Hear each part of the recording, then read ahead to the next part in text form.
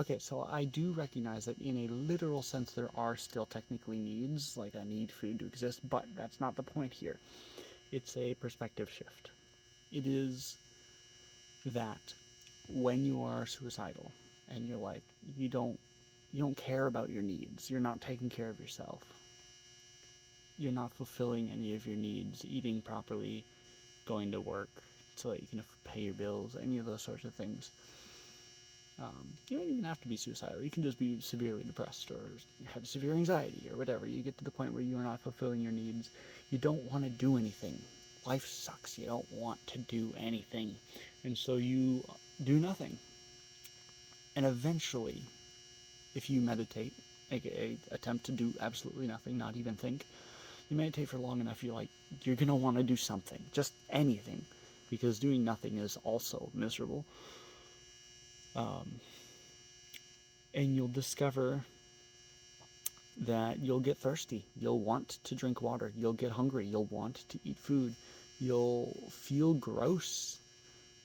You'll feel like physically uncomfortable. You'll want to move around and like do something physical. You'll start exercising, even if it's just walking.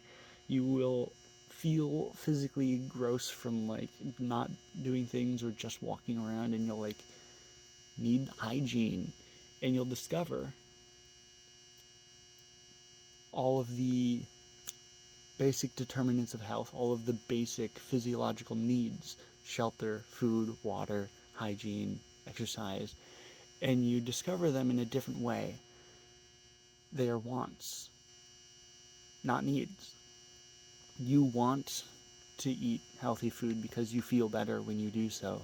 You want to exercise because your body feels better as a result of it. You want to socialize and have meaningful work and have a clean apartment. You want to do all of these things. And from this place, you can have effectively checked out of life, right? You're like, fuck everything. I like it's a metaphorical suicide, and then you rebuild from the ashes of like, I'm only ever going to do what I want. And the key distinction here is I, for many years, even after going through this whole process I just described, felt this extreme dissatisfaction between not being able to do all the things I want to do, like make YouTube videos or go camping or I don't know, all the fun things you want to go do, versus all the things you need to do. I need to go to work. I need to keep my apartment clean. I need to do some cooking. I need to run chores. Blah blah blah blah blah. And it's crazy how I went through that whole experiment that I explained at the start of this video,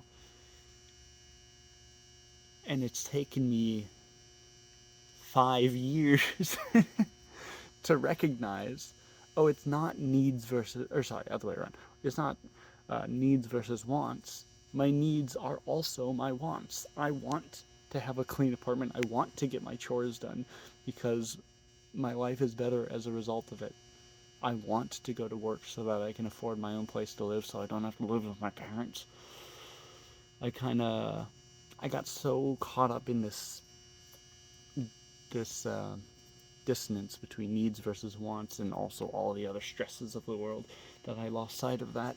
I had lost sight of the fact that like I want to go do these things because it's competing desires. It's that I wanted to do these things so badly that it was undermining my capacity to do the other things that I want, the other things that I need to do in order to do the things that I want.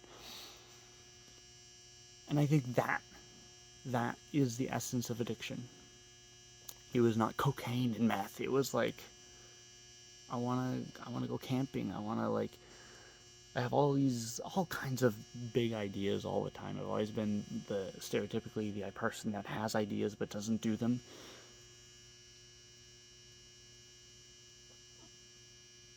And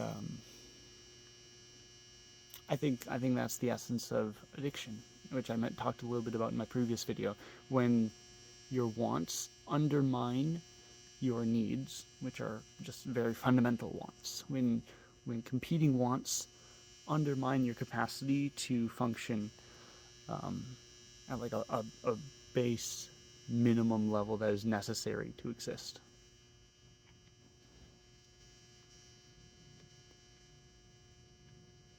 So it's not just like scrolling addiction, which is also a big problem for me. It's like you can be addicted to